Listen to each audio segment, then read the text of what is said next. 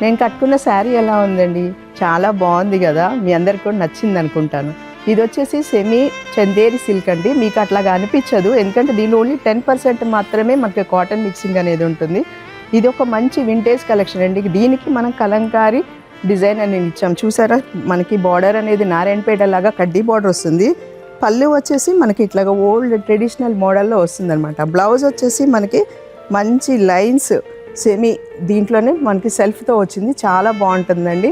ఇది ఎక్కడికైనా మనకి పండగలకి కానీ టెంపుల్స్కి కానీ చాలా సూటబుల్ శారీ అండి. మీకు చాలా బడ్జెట్లో ఇస్తున్నాం. యాక్చువల్గా ఎక్కడైనా ఈ శారీ వచ్చి 3600 ఉంటుంది.